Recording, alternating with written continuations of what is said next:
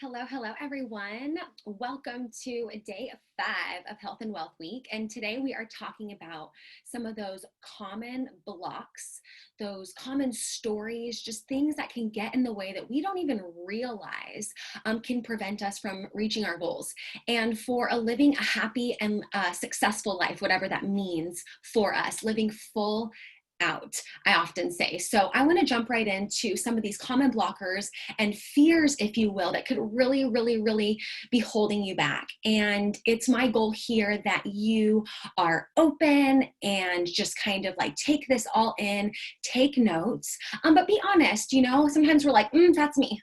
Like, ooh, that's me right there, London. So I definitely want to make sure that you are doing some introspection here throughout the whole week, but especially when it comes to these things that could be blocking you on your health and fitness and financial, your health and wealth journey. Okay, so super excited to be here. For those of you maybe just popping on for this video, I'm London Souza, fitness and lifestyle transformation coach. I help people all over the world get their mind right, their body tight, and love their life and show up consistently and confidently going towards their goals. So that's exactly what I do on a daily basis. And we're breaking down these barriers, me and my clients that I work with one-on-one all the time. This is the name of the game. It's not just like we're like, oh, this is something that is blocking me. So like now I know, so it's not going to block me anymore. That's not how it works. It's about showing up consistently on a regular basis, understanding that like, hey, this is like kind of what irks me and what I keep telling myself, and I want to switch it. And I have to, for a lot of it, we have to be super conscious, and it has to be something that's super aware of before it comes like becomes second nature, which is the hope of this. We want to get rid of these blockers, but it's not just like, okay, today, now I know what I'm doing. So there's a lot of strategies that we can work together with one-on-one on to make sure that your, the record that's playing in your life is one that you want to hear and the one that you're proud of, right? If you've ever stopped to think about that. So let's jump right in. The first big blocker that I see a lot is fear of change. Okay, so when we need to change our calendars and start incorporating different things into our lifestyle, change is really scary for a lot of people. We like what's known. We like what we're used to. We like what feels good, right? We like our comfort zone, if you will. And so when we think about change, and oftentimes it's even like the inflated idea of how much change it's really going to take to transform your lifestyle. Sometimes we think about all of it all at the same time, and it's like, it can be really overwhelming. And so both sides of the coin there, like actual really fear of that change, but then also like overestimating, if you will, or just kind of like thinking about all of it at one time too soon can be really overwhelming in terms of like, oh, I have to eat differently. I need to work out. Okay, then I need to budget. Then I need to highlight my things with the different color highlighters and do my wants and my needs and journal about it. It's like, but when you do it step by step, and when you do it with this support like you have here, and you ask questions and all of that, that's where the real magic happens. And you can sort through it in a way that feels manageable and supported at the same time, right? So fear of change is huge. So with that being said, like go out and like do things differently, get out of your comfort zone.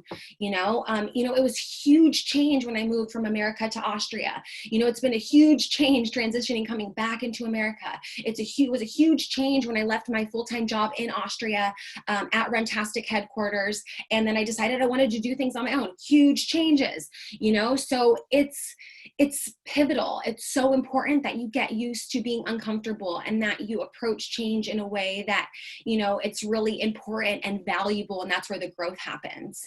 And so I find a lot of people are just so afraid of what their life could look like or what that could mean, to change their schedule and how overwhelming that might be. And, the change in movement is going to make you sore and like, that's going to be different. And it's just like, the change in, not spending as much as Jessica, into Jessica's realm, if you will. It's just like the change of maybe not being able to go out and do things with your friends and go out to happy hour with your coworkers all the time, or go out to eat as often, need to be at home and cook your food. Like all of that is very different to what we're used to in our lifestyle. And I get it.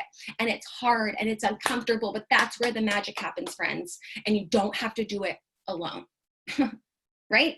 Okay, so fear of change. The next fear I see a lot, fear of starting small, like that overwhelming feeling of like, okay, well, if I like go to a workout class, or if I, start and embark on this journey towards this goal, like people are going to see that I'm a beginner, and that's scary and that's uncomfortable.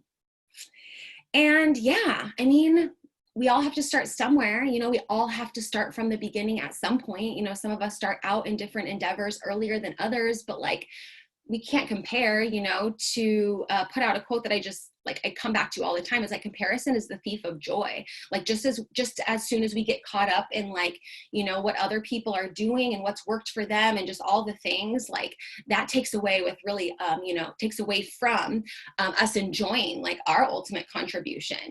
Like we're doing stuff too. We're making an impact, right? So a lot of people have this fear of like, yeah, starting small. People are going to see that I'm, a beginner, I'm going to grow from that. I'm starting here, but my intention is to go, in this direction and grow and like expand and, do better. And, but on that journey, people are going to see those hiccups, and you're going to have those hiccups, and things are going to be, like, when I first used to make video and blogs, like, oh my gosh, I go back to some of them now and I'm just like, oh my gosh, like it used to take me forever. It was just like, the YouTube channel that we did for Runtastic started at 0 subscribers and it went up to over 200,000. I didn't always have, a big following on social media. Like I built that since like, oh my gosh, since I was like 17, 18, I started just like a blog on Tumblr, I think it was. And I transitioned over to WordPress on my blog, lifelikelondon.com. But like, we all have to start somewhere. And it's really the compounding effects over time that really make that impact. A really good book there is the book called The Slight Edge by Jeff Olson. A really great book about the compounding effects of just like, you can't do it once. You got to keep on keeping on. So with that fear of starting small, it's like we all have to start in that place, and ask for support and seek that knowledge and up level our skills. So that way we can continue on that journey, and continue learning and evolving and growing. And so, that can prevent a lot of us from taking action, is that fear of what other people will think. And think about that. Do you think about that? Do you think about like not going to that workout class, or not joining that Zoom workout class, or not joining that group, or not putting yourself out there, or, not putting your goals out there for other people, or not going out and, getting coaching and saying, oh yeah, I'm hiring a coach in this area because I'm lacking, I need some expertise in this space. I need someone to come in and really help me. And putting that out there is just basically saying like, yeah, we're starting from the bottom. But there's that song, starting from the bottom, now we're here. Starting from the bottom, now the whole team's here. And I love that, because it's like, it's not just you that are there. It's like everybody that's around you in that circle, and the people that you choose to up level your life with, everybody elevates together. And it's super fun and it's super amazing. It's not easy. It's not beautiful. It's not always glamorous. It's treacherous. It's hard. It's rewarding. It's awesome. You meet great people. Like there's so much along this journey. But yeah, we have to start small, and it can be uncomfortable. And from personal experience too, like in 2020, I was doing a lot of live events like retreats, and also live workout parties that we would do. And that was really, really awesome. I also hosted retreats for other companies and events for other companies. And that was a huge part of my income. And so I pivoted and started teaching people how to show up on camera, and started showing, a lot of working professionals and a lot of people from all over the world how to share their message on camera, how to get good on Zoom calls, how to do all those things, right? To make that pivot. And I had to start from the bottom. Like I never did this before. I never taught people how to get good on camera, really. So I had to build up my reputation in that space. Granted, I'd been doing it for years and years and years, but I hadn't been teaching on it, right? So I did a lot of really quick things that I could do to get the experience, to get the feedback, to get the learning, to, figure out how I wanted to deliver this message. And it's been awesome, but I had to start small, and I had to really crush it over this year in order to make that business kind of up level and be successful in a way that it didn't fully compensate for the live events, but it was definitely a really great help. And in the strategies that Jessica's sharing with us on a regular basis, like I've been able to maintain a lifestyle that's really, really been able to, be awesome. And now we're transitioning, right? I'm coming back to America from being in Austria. So expenses are different there, lifestyle's different there, pivoting there, being resourceful there, right? And just starting small in that space too, because California is like the most expensive state in all of America, pretty much. Like I guess California, New York, a lot of them, very different from Austria, right? To have, you know, the area and the space and being out in nature like I would want to, it's very, yeah, the prices are very, very different. And so yeah, starting small there and kind of pivoting and shifting in that sense, and understanding that like, yeah, I can't have all the things that I had in Austria like I would, or like all the things like I had in Austria here in America, because it's just, yeah, different. And the things that I might need here, I didn't need there. So I'm going to have to kind of re-strategize and start small, you know, in terms of like the car I want to buy. I just want to get something quick. I want to get something used and reliable, nothing like super, super fancy, starting small there with the car, getting good gas mileage, like all the things. We all have to start small in different areas. And I think that maybe we wouldn't see the areas I just explained as opportunities to start small, if you will. But if you do, and you think in that like starting and planting the seeds and that growth mindset in a lot of different areas of your life, then it'll just make sense that starting small in the areas of health and fitness and finances and different other areas in your life, it won't be so sticky and uncomfortable. So it's like, get acquainted with kind of what that means. You know, I'm starting small here and I'm going to grow this, I'm going to grow that.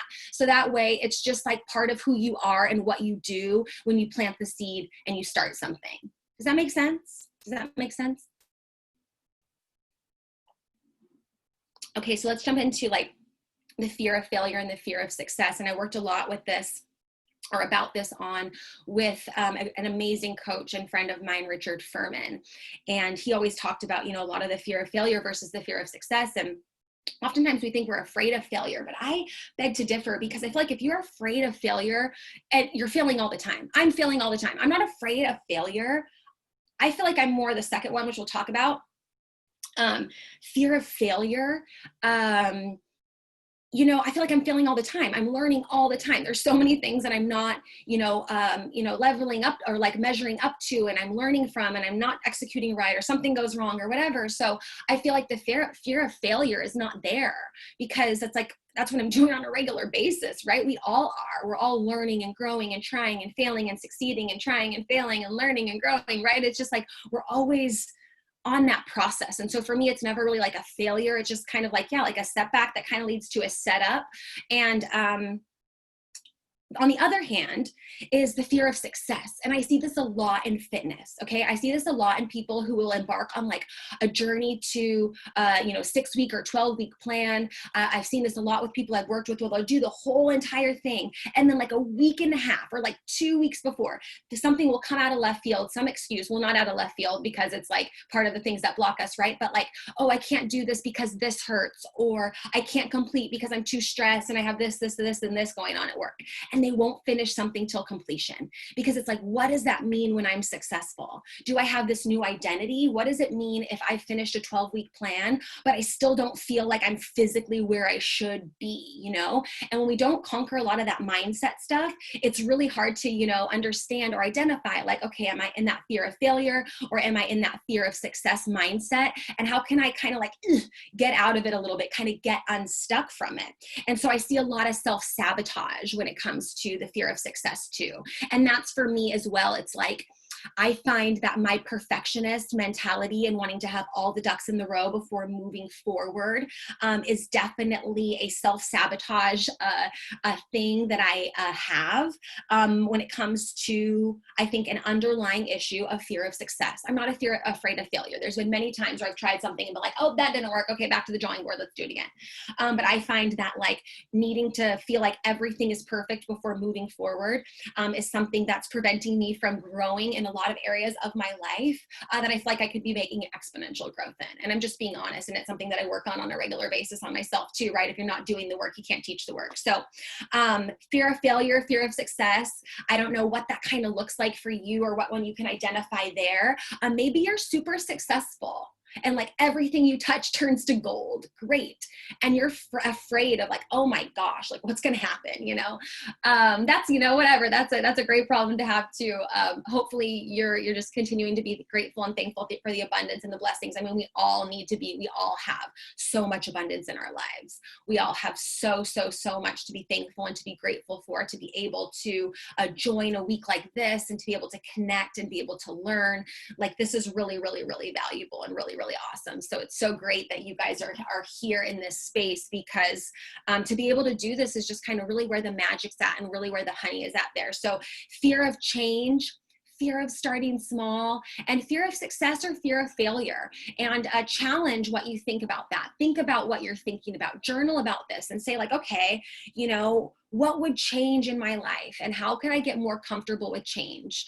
How can I do things differently already and approach things differently in my life and slow down a little bit and check in so that, you know, I can really pivot and navigate this life in a way that feels manageable and exciting and happy and fun and beautifully, you know, a beautiful, you know, experience despite the ups and downs and setbacks and stickiness and hardships, because those will be there too, right?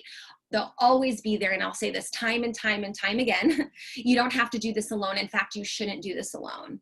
Seek coaching, seek support, seek groups, seek friends and a tribe that is going to uplift you and love you, and really be there to support you. One of the quotes that I often say in like meditation classes or yoga classes that I teach is surround yourself with the doers, the dreamers, the believers, and the thinkers. But most of all, surround yourself with those who see greatness within you, even when you don't see it yourself. And I think that's by Edmund Lee. And I really like that quote. So I'll leave that there. So if you have any questions, any feedback, any aha moments, anything that you want to share, hit us up in the WhatsApp group. And I look forward to hearing from you guys and just helping you break through. Tomorrow we have more with Jessica. It's going to be so freaking fantastic and awesome. You're going to love it. And then we're going to shut it down together. We're going to close the week. Jessica and I are going to come to you together to, just kind of get you on the right track and get you excited about reaching your goals in health and wealth. See you later. Bye.